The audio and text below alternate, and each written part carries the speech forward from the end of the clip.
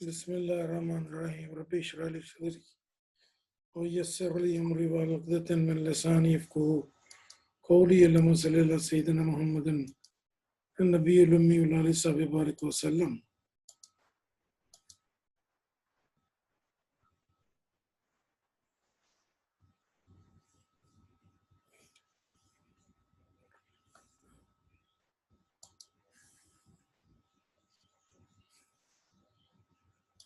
रहील हसन इसी क्लास का स्टूडेंट है।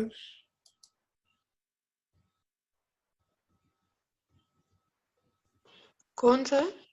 रहील हसन, जी सर। इसकी तस्वीर बना के अपलोड करें, जल्दी कीजिए।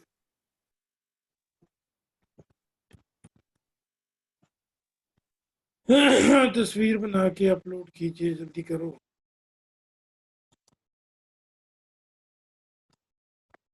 अटेंडेंस की तस्वीर बनाएं, अपलोड कीजिए। बॉयज में भी मैं गर्ल्स में करती भी। हूँ। गर्ल्स में हो गई है, बॉयज में भी करें। कोई लड़का तस्वीर खींचे, वैस नहीं आया अभी तक। No sir. उसको भी मैसेज करो।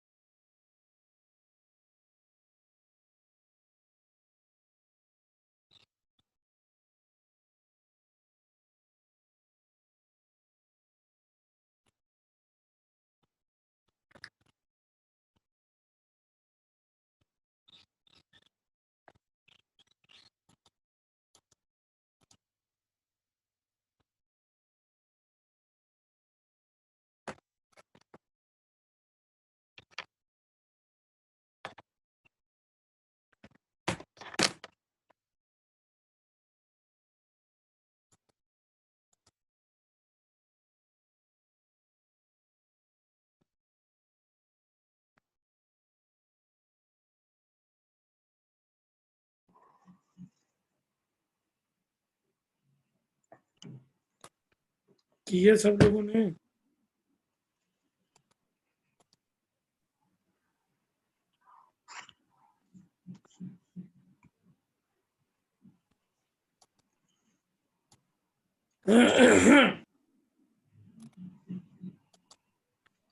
आज हमने काम शुरू करना है मेरिट गुड्स के हवाले से।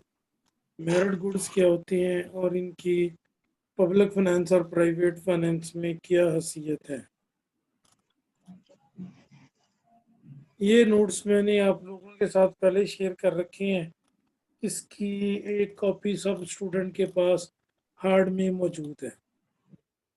हार्ड कॉपी सब स्टूडेंट के पास इसकी एक पहले से मौजूद है, इसलिए कोई इसमें वरी करने की जरूरत नहीं।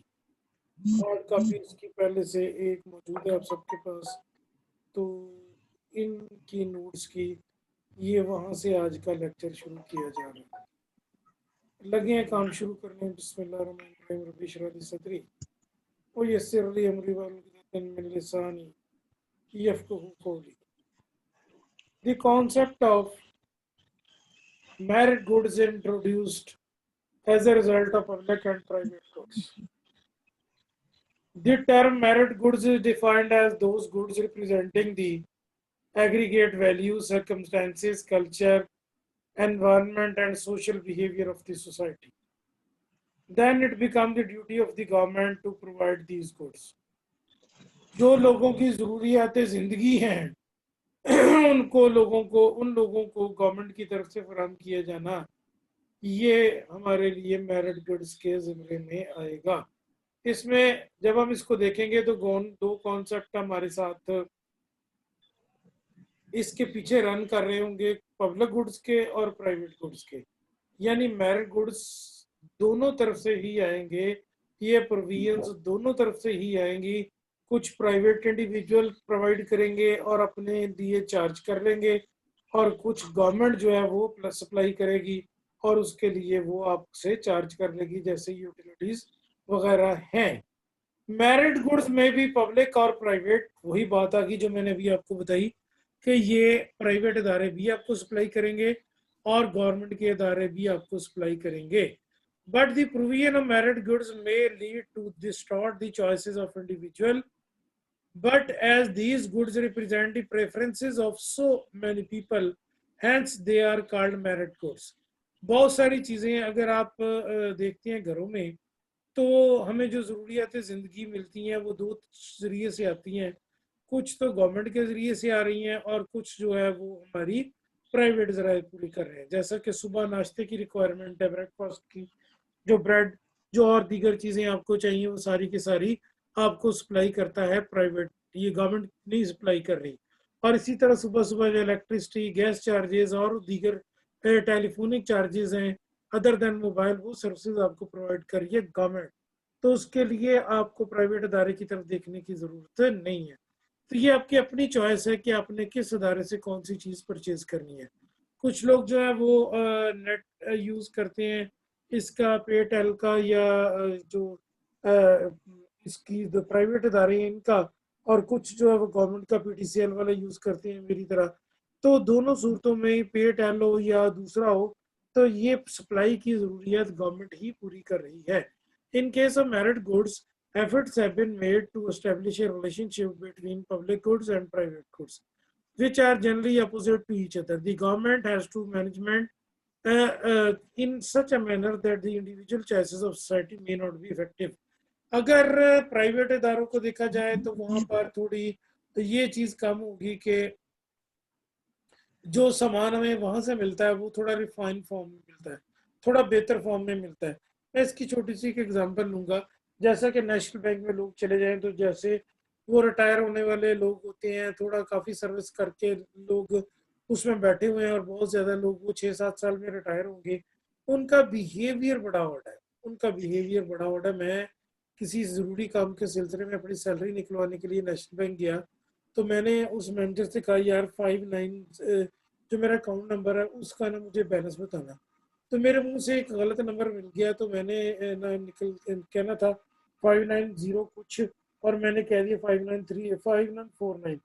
वो जनाब बंदा गुस्से में आ गया, और ये मैं आपको अपने साथ होने वाला एक वाक्य बता रहा हूँ। वो बंदा गुस्से में आ गया, चूंकि गवर्नमेंट का बैंक है। उसने कहा, मैंने कहा यार मैं आईडी कार्ड नंबर देख के बताता हूँ, आप उससे देख दें। उसने कहा नहीं, घर जाओ, घर जाके अपना अकाउंट नंबर देख के आओ, फिर आके मेरे साथ बात करना। और मुझे ऐसा ही करना पड़ा। I am a PhD doctor and senior advocate. मेरे साथ ये उसने किया। ये नेशनल बैंक, ये इसका वाकया है नूरपुर ब्रांच का। उसने कहा नहीं, सारे बैंक वाले इकट्ठे हो गए, नहीं नहीं अपने घर जाओ और गो। और अच्छा, उसके बाद जनाब अल्लाह का करना ऐसा हुआ कि मैं फास्ट यूनिवर्सिटी में पढ़ा रहा था, तो वहां पर उसका लड़का मेरे पास पढ़ने के लिए आ गया, उसी बंदे का। तो फास्ट यूनिवर्सिटी में मैं मर्केंटाइल लॉ पढ़ा रहा था, तो उसके लड़के ने बताया जी मेरा अबू फलां जगह पर मौजूद है। मैंने कहा यार तुम्हारे अब्बे ने मेरे साथ ये किया था, मुझे गाड़ी लेकर घर जाना पड़ा। हालांकि एक दो कीज ही प्रेस होनी थी, वहां से मुझे बता सकता था कि ये आपका ये बैलेंस है, लेकिन उसने कहा नहीं, घर जा, फिर वहां पर आ।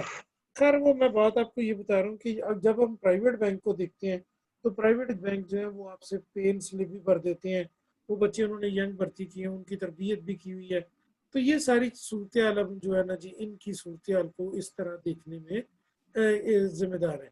It is being observed that married goods are being introduced at government level in the countries like Iran and Saudi Arabia. जो अमीर मुल्क है वहाँ पर सख्त सजाएं मौजूद हैं, और वो सजाएं इसलिए सख्त मौजूद हैं।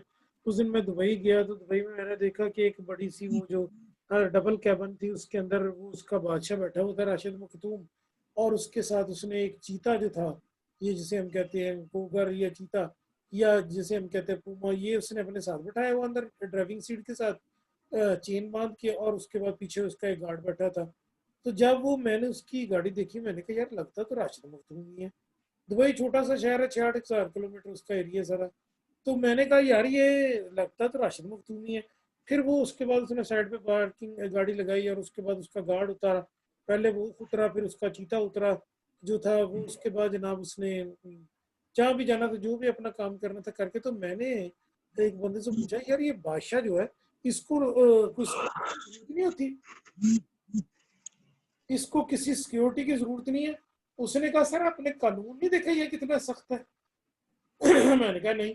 उसने कहा जी यहाँ पर किसी बंदे के हाथ में आपको गन नजर नहीं आएगी, कोई बंदा आपको सिक्योरिटी वाला नजर नहीं आएगा, कोई पुलिस वाला नजर नहीं आएगा। रेडार के जरिए वॉच कर रहे हैं, अगर आपने कोई गलती की है तो उन्होंने एक सेकंड में, पुलिस वालों ने पता नहीं किधर से निकल आना, लेकिन वो सामने नजर नहीं आ रहे इस वक्त। तो हर सड़क पे लिखा होता है you are watch by radar, you are watch by radar. तो इसमें जनाब वो बंदा मैंने देखा बादशाह के साथ सिक्योरिटी कोई नहीं, एक उसका गुलाम था और वो भी हंस हंस के बातें कर रहा था। कोई उसमें ऐसी नहीं थी कि वो किंग है और ये है और वो है। तो मैंने कहा ये खुद भी इसके असला वगैरह रखते हैं? उसने कहा सर ये नफरत करते हैं कि हमें जनाब यहाँ पर असला रखने की जरूरत पेश है। तो क्यों, वजह क्या है? वहां पर कानून बड़े सख्त है। सऊदी अरब में जुमा पढ़ने के लिए मैं गया तो जद्दे के अंदर, तो वहां पर क्या सूरत हाल देखी जुमा पढ़ के।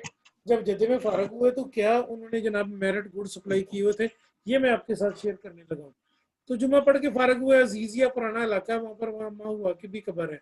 तो उनके जनाब बहुत लंबी कबर है, आप कह लें कि हमारी जीसी यूनिवर्सिटी के जो मेन गेट है उससे लेकर दूसरे गेट तक इतनी लंबी कबर है अम्मा हुआ की। तो वहाँ पर से अजीजिया के वो साथी मस्जिद थी, वहाँ कब्र नमाज पढ़ के, तो उसके बाद जनाब 2 डबल कैबिन डाले आके रुके। ये मैं मेरिट गुड्स की बात कर रहा हूँ गवर्नमेंट लेवल पे। तो जनाब वो 2 डालेगा आकर रुके, उसमें से उन्होंने 3 बंदे निकाले, जिस तरह लोहे के चांद होते हैं जमीन पर रखने वाले, वो उन्होंने क्रॉस जमीन पर रखे, और उन बंदों की गर्दनों पे काले उन्होंने कपड़े बांधे हुए थे अंदर रखे, और चांद के ऊपर, और उसके बाद टक टक टक 3 गर्दनें उतारी और ये जा वो जा। तो डेथ सेंटेंस, पता लगा कि उन्होंने किसी बच्ची के साथ जुल्म किया है, ज्यादती की है, तो या कोई और है, या कोई मंशियात डीलर थे। तो वहां पर ये सजा मौजूद है, मेरिट ये गवर्नमेंट की तरफ से। जहां गवर्नमेंट मेरिट गुड सप्लाई कर देगी वहां पर आवाम को समझ आ जाएगी कि यहाँ ये वाली सूरत हाल नहीं है। और अगर आप इसको नहीं रोकेंगे, और अगर आप इसको नहीं रोकेंगे इस काम को, या अगर मेरिट गुड्स गवर्नमेंट इस लेवल पे सप्लाई नहीं करती जुर्मों के एवज, तो फिर क्या होगा? फिर वो कश्मीर में आपने देख ही लिया परसों का, फिर आपने जैनब वाला केस देख ही लिया, फिर आपने इस्लामाबाद में जन्नत वाला केस देख ही लिया, फिर सारा कुछ आपने देख ही लिया। चूंकि गवर्नमेंट जो है, बिलावल जरदारी जो है, वो सबसे ज्यादा सरेआम फांसी की मुखालफत कर रहे हैं। ये मरियम नवाज सबसे ज्यादा सरेआम फांसी की मुखालफत कर रहे हैं। तो मेरिट गुड्स गवर्नमेंट को सप्लाई करने होंगे एट टॉप लेवल। अगर आप ओपन कर देंगे ये गंद बला सारा कुछ, तो फिर एड्स बढ़ जाएगी, फिर इतना काम खराब हो जाएगा कि आप रोक नहीं सकते। हर जगह पेशावर में चले जाए, इतना ज्यादा एड्स फैला हुआ, और इतनी ज्यादा वहाँ मंशियात है। हर गली की नुक्कड़ पे चर्च बेचने वाला बैठा है, और 40 पठान चर्च पीने वाले बैठे हैं। It is being observed that merit goods are being introduced at government level in the countries like Iran and Saudi Arabia. As in these countries, a adulterer is given death sentence, zinaकार को वो कतल मौत की सजा है, while in Western countries, the merit goods are brought forward with the help of legislation, referendum, budget policies, media, and educational institutions. Here, the prostitution is being discarded because of spread of AIDS. तो अब अल्लाह ने देखिए काम, बुरे काम को तो रोकना है। गवर्नमेंट अगर नशा नहीं रोकेगी तो नशइयों को देखकर लोग अपने घरों में सख्ती कर देंगे, बच्चों को नशा नहीं करने देंगे। गवर्नमेंट अगर जना नहीं रोकेगी तो गवर्नमेंट को अल्लाह ताला रोक लेगा, एड्स ऐसा फैलेगा कि लोग सारे दौड़ जाएंगे। गवर्नमेंट अगर ब्लैक मार्केटिंग नहीं रोकेगी तो अल्लाह रोकेगा कि वो उस गंदम में कीड़ियाँ पड़ जाएंगी और वो कहाँ इस्तेमाल के काबिल नहीं होगी, वो बाहर फेंकनी पड़ेगी। अगर गवर्नमेंट नहीं रोकती मंशियात को या और, तो मीडिया रोकेगा।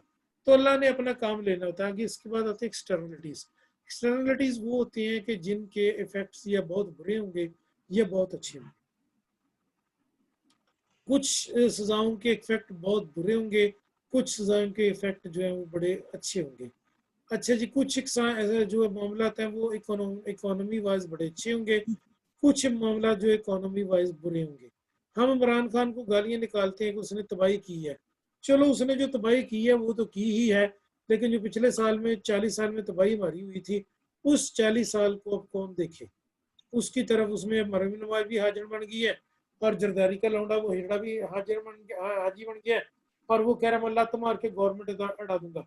मैंने कल भी आपके साथ बात की थी कि पाकिस्तान एक न्यूक्लियर स्टेट है जिसके बाद पूरी दुनिया में तीसरे नंबर के एटमी हथियार हैं। इन एटमी हथियारों का कंट्रोल अब बिलावल के हाथ में पकड़ा दें हम। इन एटमी जिसकी अभी खुद जो है वो चिंगम खाने की उम्र है, इस एटमी हथियारों का कंट्रोल आप बेनजीर इसकी नवाज शरीफ की लौंडिया के हाथ में पकड़ा देंगे आप। हमारे पैसों से, कौम के पैसों से एटम बम चला है। ये बनाया जियाउल हक ने था और इसका पहला कोल्ड टेस्ट 1984 में हम लोग पढ़ते थे, स्टूडेंट थे। यहाँ फैसलाबाद में था जहाँ आपकी जरिए यूनिवर्सिटी जीसी यूनिवर्सिटी है, इससे पहले नियाब निबजी है, वहां पर ये कोल्ड टेस्ट हुआ था। मुझे याद है कि उस फैसलाबाद में कर्फ्यू लग गया, 9 C-130 तैयारे यहाँ उतरे और उसके बाद पता नहीं क्या हुआ जी, फैसलाबाद में कर्फ्यू लग गया। जियाउल हक का दौर था और उसके बाद जनाब उन्होंने वो एटम यहाँ ला के चला के कोल्ड टेस्ट उसका किया कि ये चल जाएगा। और जनाब इसका वो लीड रहा है क्रेडिट नवाज शरीफ। ये सारा क्रेडिट पाकिस्तान आर्म फोर्सेस को जाता है और पाकिस्तान के साइंटिस्ट और पाकिस्तान की आवाम को जाता है, नवाज शरीफ को नहीं जाता। ये सारा क्रेडिट जाता है जुल्फकार अली भुट्टो को, जिसने ब्लैक मार्केट से पुर्जे खरीदे थे। फ्रांस में वो गया तो वहां पर बिजली चली गई, तो अचानक ही क्या हुआ कि एक मशीन ऑन हुई, और ये बात मैं बता रहा हूँ 1974-75 की आपको। वहां पर मशीन ऑन हुई तो मशीन ऑन होते ही जनाब सारा मामला तय पा गया, बिजली आ गई। तो भुट्टो ने पूछा कि भाई ये बिजली क्यों गई थी और वापस कैसे आ गई। तो जो उसका प्रेसिडेंट था उसने कहा जनाब मिस्टर प्राइम मिनिस्टर, मैं आपको ये मशीन तोहफे में दूंगा, इसका नाम जनरेटर है। जैसे बिजली जाती है आर्टिफिशियल बिजली पैदा करनी शुरू कर देता है और फिर लाइट आ जाती है। तो भुट्टो ने कहा कि मुझे ये उसके तारीखी लफ्ज हैं, एक बुक में मैंने पढ़ा उसके तारीखी लफ्ज हैं। तो जेड भुट्टो ने कहा कि नहीं यार, मुझे ये मशीन ज़ाती तौर पे नहीं चाहिए, इस तरह की मशीन अगर आप मुझे मेरे मुल्क के लिए दे दें। तो एटमी प्लांट तोहफे में दिया था उस वक्त फ्रांस ने हमें, फ्रांस ने हमें तोहफे में दिया था।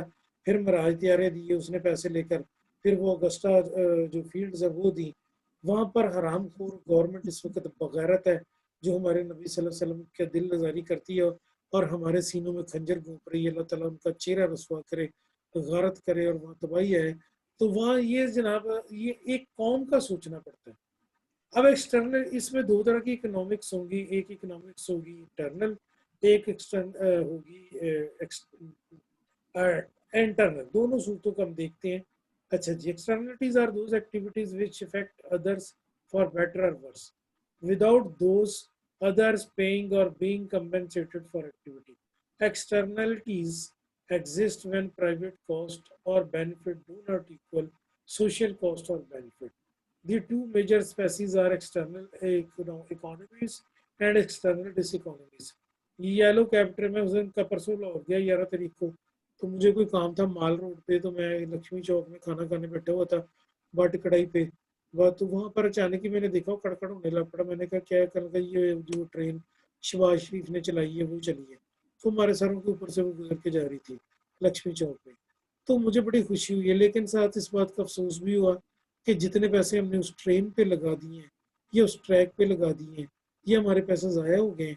अगर उससे आप चाहते तो 200 यूनिवर्सिटियाँ या 200 अस्पताल आप बना सकते थे। हमें ट्रेन की ज़रूरत नहीं थी, हमें अस्पतालों की ज़रूरत थी। लेकिन शहबाज शरीफ ने वो ऐसी इकोनॉमिक्स हमारे लिए कर दी कि जो अब 2034 में उसका पैसे उतरेंगे, उसकी टिकट बनती है 250 रुपये कम अज कम। उसकी टिकट है कम से कम 250 रुपया, लेकिन पाकिस्तान में हम उसका 50-60 रुपये चार्ज कर रहे हैं। मैं उसमें सफ़र नहीं कर रहा, लेकिन मुझे 234 रुपये बिला वजह पड़ी जा रही है। तो वो जो सफ़र कर रहे हैं उन लोगों को 50 रुपये कम कर लें तो कितने 184-85 रुपये पड़ी जा रहे हैं। तो ये सारी सूरत हाल है। इसके बाद आती है, आगे डिटेल को बात बढ़ाते हैं, एक्सटर्नल इकोनॉमीज क्या होती हैं। अच्छा जी, external economies are those economies which accrue to each member firm as a result of expansion of industry as a whole. Expansion of industry may lead to the availability of new and cheaper raw material, tools, machinery, and discovery of superior technology, technical knowledge and technology. Moreover, with the expansion of an industry, certain specialized firms may come into existence which work up its waste products. The industry can sell them at good price. और उसके बाद क्या position है जी, the entry of new firms and larging the size of an industry में enable all the firms to produce at lowest cost. This is there is every possibility of external activity and economics to be repeated and reaped when a young industry grows into a new territory. इस सारी गुफ्तगू को दो लफ्जों में मैं बयान करूंगा। जब मैंने मैट्रिक पास किया तो मुझे मेरी एक आंटी ने घड़ी गिफ्ट की, केसीयू की घड़ी थी, उसकी कीमत उस वक्त 500 थी। तो वो नंबरों वाली घड़ी थी, जिस तरह आप देखते हैं वो केसीयू की घड़ियाँ होती हैं। उसके बाद मैं 1992 में पेशावर गया स्टूडेंट टूर लेकर, तो वहां पर जाके मैंने देखा कि उस तरह की घड़ियां 100 रुपए किलो तोल के बिक रही थी। जब मुझे गिफ्ट की गई थी 80s में, तो उस वक्त उसकी कीमत थी 500। इसके बाद चाइना ने वो प्लांट लगाए अपने मुल्क में लाके, और इस फिक्रे को जरा गौर से सुनिएगा, दिस वन, यहां से मैं बात कर रहा हूँ फ्रॉम हियर। तो चाइना ने वो प्लांट अपने मुल्क में लगाए और इतनी घड़ियां प्रोड्यूस कर दी लो कॉस्ट के ऊपर कि जनाब वो एक यूनिट तो 10 रुपए का भी नहीं बिक रहा, 100 रुपए किलो तोल के बिक रही हैं। हाथ को बांधने वाली घड़ियां, चलती हुई, आर्टिफिशियल नहीं, डमी पीसेस नहीं। तो जब इंडस्ट्री नहीं लग जाएगी तो फिर उसके जो आपके बेनिफिट है आप उसे रीप करेंगे, आपके सामने आएंगे। अब हमारे मुल्क में कमी किस चीज की है? यूनिवर्सिटीज की, कॉलेजेस की, मेडिकल कॉलेजेस की, इंजीनियरिंग यूनिवर्सिटी की। मैं पिट के मर गया हूँ हर बंदे को कि यार अंग्रेजी सीखो। वो कहता सर जी अंग्रेजी अंग्रेज की जबान है, हम क्यों सीखें? तो अंग्रेजी अंग्रेज की जबान है। आपने जब पीसीएस या सीएसएस का एग्जाम मेरे बच्चों देना है, तो सारे का सारा वो मटेरियल आपसे अंग्रेजी में मांगेगा। अगर आप इंग्लिश नहीं लिख सकते, इंग्लिश नहीं बोल सकते, तो वो सारा कुछ आपके लिए ट्रबल रहना है, वो सारा कुछ आपके लिए मसला रहना है। भाई ये जरा तस्वीर खींचना, और तस्वीर खींच के अपलोड करो student present in the class, जल्दी करो।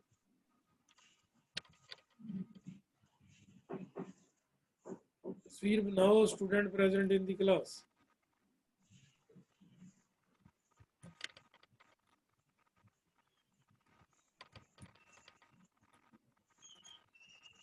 जल्दी बनाओ तस्वीर और अपलोड करो, बॉयज में भी गर्ल्स में भी। वैसे राजपूत नहीं आया अभी? जी सर, करने लगा। ये अदनान है, इधर क्लास में आता है कि कोई ना? सर आता है कभी कभी। कभी कभी, ठीक है। तुमने कल हाजरी ना भेजी काका, तुम्हें मैंने कहा हुआ लेक्चर खत्म होती है हाजरी भेज दिया करो यार। सर मैंने आपको 10 मिनट पहले सेंड कर दी थी, 10 बजे से। नहीं 10 बजे पूरे किया करो ना, अगर कोई बच्चा उस वक्त तक आ जाता है व्हाट्सएप में तो देख लेंगे। अच्छा जी, इसके बाद है इकोनॉमीज ऑफ कंसंट्रेशन। जब आप इंडस्ट्री से बहुत ज्यादा चीजें सस्ती बना लेंगे तो फिर आपके पास क्या रह जाएगा? फिर आपके पास आती है सूरत हाल के आपके पास स्किल्ड वर्कर है। मैंने कल भी जिक्र किया था, वो अल्लाह रसूल का वास्ता आप सब लोग इस चीज की तरफ तवज्जो दें और लेबर को स्किल करो। एवं रोई जाते डॉक्टर नहीं है, नर्स ये नहीं है, वो नहीं है, वो सारा कुछ ही भाई मौजूद हो सकता है पाकिस्तान में। डॉक्टरों की इतनी जरूरत नहीं है जितनी हेल्थ वर्कर्स की जरूरत है। इंजेक्शन दे, बेसिक दवाइयां दे, नर्सों की, हेल्थ वर्कर की जरूरत है। ये हेल्थ वर्कर और नर्सेज जब आपको टेक ओवर करेंगी तो फिर आपके पास छोटी मोटी वो मिड वाइफ्स जो हैं, दाइयाँ जिसको हम कहते हैं, वो गली मोहल्लों में आके ये हेल्थ वर्कर हमारी बहनें या हमारी ये वाले भाई जो है हेल्थ वर्कर, ये मार्केट में आके लोगों को हेल्थ फैसिलिटी देंगी। शहबाज शरीफ ने मियाँ इसने ये जो था अपना गधे के मुंह वाला, क्या उसका नाम है, परवेज लाई वजीर बनते ही 1122 बनाई। फिर उसने देखा कि यार 1122 की गाड़ियां लिमिटेड हैं, तो शहबाज शरीफ ने फिर 1122 वालों को मोटरसाइकिलें दी कि भाई जहाँ पर कोई प्रॉब्लम है वो बच्चे सुबह सुबह मोटरसाइकिलों पे जा रहे होते हैं। और ये सारी सूरत हमारे लिए क्रिएट होती है। आपको कौन से वर्कर चाहिए? आपको स्किल्ड वर्कर चाहिए। स्किल्ड वर्कर स्किल्ड वर्कर कौन से हैं? जो टेक्निकल काम करते हैं। Number 2, economies of information. आपको करेक्ट इंफॉर्मेशन चाहिए अपनी इंडस्ट्री से, ताकि उसकी बुनियाद पे आप तजारती जर्नल छाप सकें। फैसलाबाद में आज या कल वजीर आजम ने आना है, जब भी आना है तो उसमें हम देखते हैं कि जनाब वजीर आजम ने पहले कदम उठाया है कि बिजली सस्ती की है। सारे एक्सपोर्ट के ऑर्डर फैसलाबाद, लाहौर, गुजरांवाला में चले गए हैं, क्योंकि इंडिया में भी नहीं गए और उसके बाद बांग्लादेश में भी गए नहीं गए। बांग्लादेश अपनी इंडस्ट्री के 30% कैपेसिटी लेवल पे चल रहा है। पाकिस्तान का इंडस्ट्री लेवल इस वक्त जो टेक्सटाइल का है वो सारे का सारा 100% पे आ गया है। इन इकोनॉमी ऑफ स्केल्स को अचीव करना हमारी जिम्मेदारी है, और ये हम दूसरों के साथ शेयर करेंगे। Economies of disintegration. जब इंडस्ट्री बढ़ती है तो इसको स्प्लिट कर दें। मसलन मेरा है कि गोदाम है, मेरी एक इंडस्ट्री है, मैं मोटरसाइकिल बनाता हूँ, खुद ही लोहा पिघलाता हूँ, खुद ही जनाब पार्ट्स बनते हैं, खुद ही असेंबली करता हूँ और खुद ही मोटरसाइकिल में असेंबल करके मार्केट में बेचता हूँ। जब मार्केट में इजाफा हो जाएगा तो मुझे चाहिए कि जो ये लोहे के पुर्जे पिघलाने वाला प्लांट है इसको अलहदा कर दूँ। लोहे के पुर्जे पिघलाने के बाद उनको पुर्जे बनाने वाला जो प्लांट है उसको अलहदा कर दूँ, पुर्जों को पैक करने वाला असेंबली प्लांट अलहदा कर दूँ, और मोटरसाइकिलों वाला प्लांट अलहदा कर दूँ। खर्चे भी कम हो जाएंगे और हर एक इंडस्ट्री लेवल का दर्जा हासिल कर लेगा। External diseconomies. When an industry expands, the firms enjoy external economies, but too much expansion will result in। अच्छा, बहुत ज्यादा एक ही जगह इन्वेस्टमेंट ना करिए। फैसलाबाद में हर बंदे ने टेक्सटाइल मिल लगा ली और अब रो रहा था। जरदारी और नवाज शरीफ के दौर में बंद हुई, तो आप एक जगह पैसे ना लगाएं, कुछ सब सोलर इंडस्ट्री में लगा लें, कुछ बैंकिंग इंडस्ट्री में लगा लें, कुछ जनाब आप किसी और इंडस्ट्री में लगा लें। तो इस तरह बांट के कुछ आप कपड़ों की इंडस्ट्री में, कुछ कॉस्मेटिक की इंडस्ट्री में लगाएं, ताकि ये पैसा आपका डाइवर्स हो सके, अलग अलग आप तकसीम इसको कर सकें। Policies to correct externalities. सफ़ा नंबर 43 से बात कर रहा हूँ। अपना वैस राजपूत, क्या तुमने ये नोट सारे बच्चों को फोटो कॉपी करवा के दे दिए थे, और सॉफ्ट कॉपी भी तुम्हें दी थी, ये सारे दे दिए थे आप लोगों ने? सर जी मैंने इनको पीडीएफ बना के सेंड किया हुआ है। ठीक हो गया। पेज नंबर 43 से मैं बात कर रहा हूँ, इस वक्त 43 से। तो इन सब बच्चों को पता होना चाहिए कि यहाँ से बात हो रही है, पेज नंबर 43 से। खैर, बात को आगे बढ़ाते हैं जनाब। पेज नंबर 43 के बाद आगे क्या जी? Policies to correct externalities. आप पहले भी मैं बता चुका हूँ कि आपने एक्सटर्नलिटीज को जब कंट्रोल करना है तो बाज़ औक़ात आप दूसरे मुल्क से आने वाले माल को बंद कर देते हैं, और बाज़ औक़ात जो इंडस्ट्री पोल्यूशन फैला रही होती है उसको आप बंद कर देते हैं। आजकल किस इंडस्ट्री को गवर्नमेंट ने बंद किया, बताएं मुझे। रोज शाम आप टीवी पे देखते हैं, किस इंडस्ट्री को बंद किया? ईंटों वाले भट्टों को बंद किया। इसी वजह से ईंट 10,000 से कितनी होगी, 13,000। तो ईंटों वाले भट्टे जो थे वो पोल्यूशन फैला रहे थे, ऊपर धुआं फैला रहे थे, स्मोक की वजह से बन रही थी, तो गवर्नमेंट ने उनको बंद किया। गवर्नमेंट का प्रोग्राम क्या है जी? गवर्नमेंट इनको डायरेक्ट भी कंट्रोल कर सकती है, मार्केट सोल्यूशन भी दे सकती है। प्राइवेट अप्रोचेस क्या है? प्राइवेट अप्रोचेस में आप कोस्ट थ्योरम भी अप्लाई कर सकते हैं। कोस्ट थ्योरम क्या होता है? कोस्ट थ्योरम से मुराद ये है कि आप एनालिसिस करें कि कौन सा काम जो है वो किस टाइप की इंडस्ट्री ज़्यादा हो गई है और किस टाइप की इंडस्ट्री कम है। जिस टाइप की इंडस्ट्री ज़्यादा हो गई है उस तरह के लाइसेंस जारी ना करें। अभी शुगर मिलों के लाइसेंस जारी नहीं हो रहे, क्योंकि चीनी की पैदावार ज़्यादा थी तो लोगों ने। और एक बहुत बड़ा काम खराब हर मुल्क में, हर शहर में, पर्टिकुलरली हमारे पाकिस्तान के हर शहर में किया। बैरिया टाउन आ गया, DH आ गया, फलाना आ गया। तो ये जो रिहायशी सहूलियत आप फराहम कर रहे हैं, ये फ्लैटों की शक्ल में होनी चाहिए, मरबे एकड़ों की शक्ल में नहीं होनी चाहिए, वरना फिर आपका काम खराब हो जाएगा। एक जगह रिश्ते देखने के लिए गए तो वो बंदा जो था वो कोई मुझे ज़्यादा पढ़ा लिखा नहीं लगा। उसकी ये चादरें बनाने की ना कॉटन की फैक्ट्री थी। तो उसने बैठते ही वहाँ पहला सवाल ये किया कि बताइए कि जनाब इस लड़के वालों की कितनी प्रॉपर्टी है, जमीन जायदाद कितनी है। लड़की वाले ये चीज़ें पूछते हैं। उसने तो जो लड़के का एक चाचा या ताया या कजन वहाँ बैठा होता है, उन्होंने कहा जनाब यही एक मकान है, इन छुट के तेती हल फेर लो, यही जमीन है हमारी। तो वो लड़की का वाल नाराज हुआ, उसने कहा जनाब ये सब बात ये है कि हमने बच्चे को 2 3 4 5 लाख रुपए लगा के एमकॉम करवाया है, आज इतने में हम अगर हम जमीन जायदाद के पीछे पड़ जाते तो इसकी तलीम रह जानी थी, तो फिर हम क्या करते। तो बात भी पते की है कि आप निगोशिएशन करें कि भाईजान ये इंडस्ट्री अब ना लगाइए ये इंडस्ट्री अब आप ना लगाइए। इसके बाद आता है लाइबिलिटी रूल्स। जिन लोगों ने पेमेंट करनी होती है वो लायबल कहलाते हैं, और अगर आप नेग्लिजेंट होते हैं तो आपको यहाँ पर नुकसान होता है। मसलन मैंने बैंक का कर्जा देना है 20 करोड़ रुपए है, तो अब मैं इंडस्ट्री चला ही नहीं रहा, नेग्लिजेंट हो गया हूँ, तो बैंक ने तो नहीं रुकना, बैंक ने तो नहीं रुकना। उस दिन मैं वो जनाब तहरीक लबैक वाले जो है मौलाना खादिम रिजवी साहब, उनका एक लेक्चर सुन रहा था, वो उनकी एक वीडियो देख रहा था, उसमें वो कह रहे थे सूद का हाल मेरे को है। तो फरमाने लगे मौलवी साहब के सूद का हाल मेरे पास ये है कि बाहर की कौमों को कह दो कि हम हैं गरीब, हम पैसे नहीं दे सकते, और अगर पैसे देंगे तो सिर्फ असली देंगे, सूद नहीं देंगे। तो पहले जब वो मान जाएंगे चलो असली दो, तो फिर उनको दोबारा चक्कर देना कि भाई जी हमारे पास पैसे नहीं है, जो होंगे उदो दे देंगे। इंटरनेशनल वर्ल्ड में ऐसा नहीं चलता, आपको लाइबिलिटीज फुलफिल करनी पड़ती हैं। अगर आप नहीं करेंगे तो अभी देखा ना कि नवाज शरीफ गवर्नमेंट के साथ कितना कौम के साथ जुल्म करके हुआ है कि जाते हुए हमारा नाम फटैफ में डलवा गया। जब तक वहां से फटैफ से नाम नहीं निकलना, हमारा जो है जनाब अमेरिका से जान नहीं छूटनी। क्योंकि अभी रिसेंटली जो वोटिंग हुई उसमें ईरान, उसमें था जनाब सऊदी अरेबिया, उस सॉरी इंडिया, अफगानिस्तान, और उसके बाद एक दो और मुल्क थे, टर्की, और एक दो और मुल्क थे।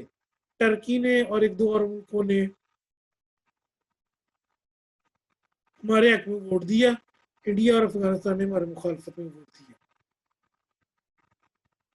अगर ये दोनों हमारे साथ अच्छा सलूक करते तो हमारा नाम फटाफ से निकल जाता, लेकिन चूंकि वो दोनों हमारे दुश्मन मुल्क हैं तो उन्होंने हमारे साथ कोई सपोर्ट के लिए खड़ा नहीं हुआ, तो नतीजा ये निकला कि जनाब ये सारा काम जो था वो गड़े में जा पड़ा, और रिजल्टेंट हुई our name was still present in there जो लिस्ट है फटाफ वाली।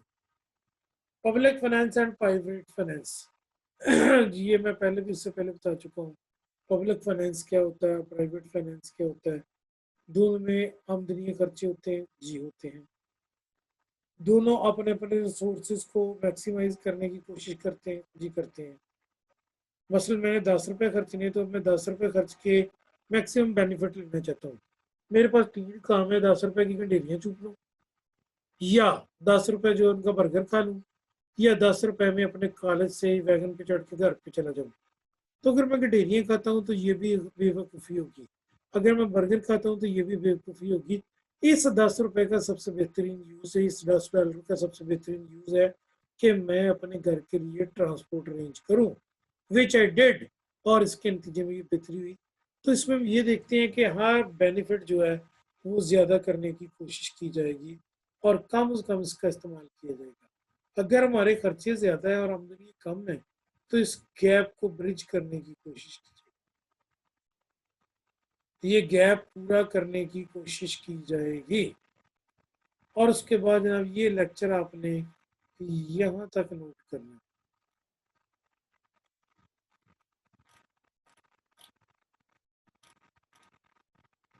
45 तक, कहाँ से लेकर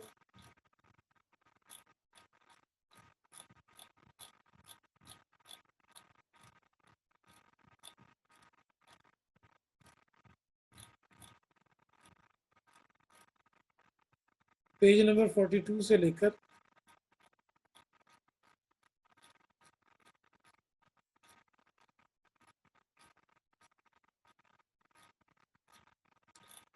45 के एंड तक,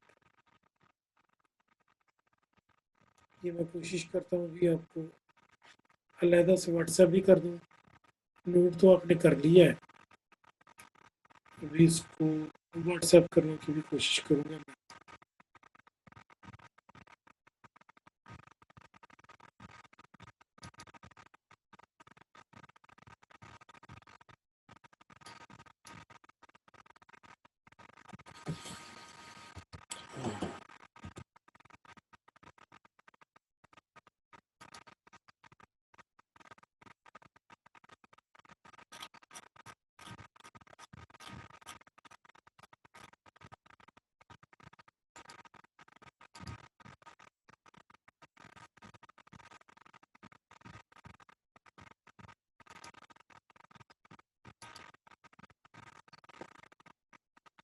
ये लेक्चर मैंने आपके लिए सेव भी कर लिया और अभी आपके साथ व्हाट्सएप पे शेयर भी मैं कर दूंगा कुछ ही देर में।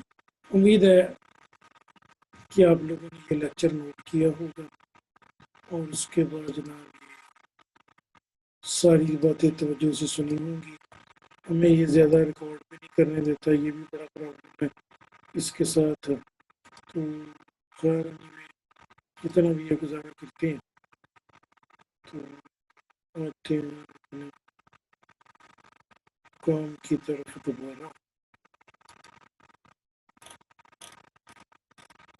कई लोगों ने भी चैनल को सब्सक्राइब नहीं किया हुआ, उसे सब्सक्राइब कर दीजिए और उसके बाद नोट कर लें इसको। ठीक हो गया जी? नोट कर लिया सब लोगों ने? Thank you so much. Time कम है तो इसको आप डाउनलोड कर लें, नोट कर लें।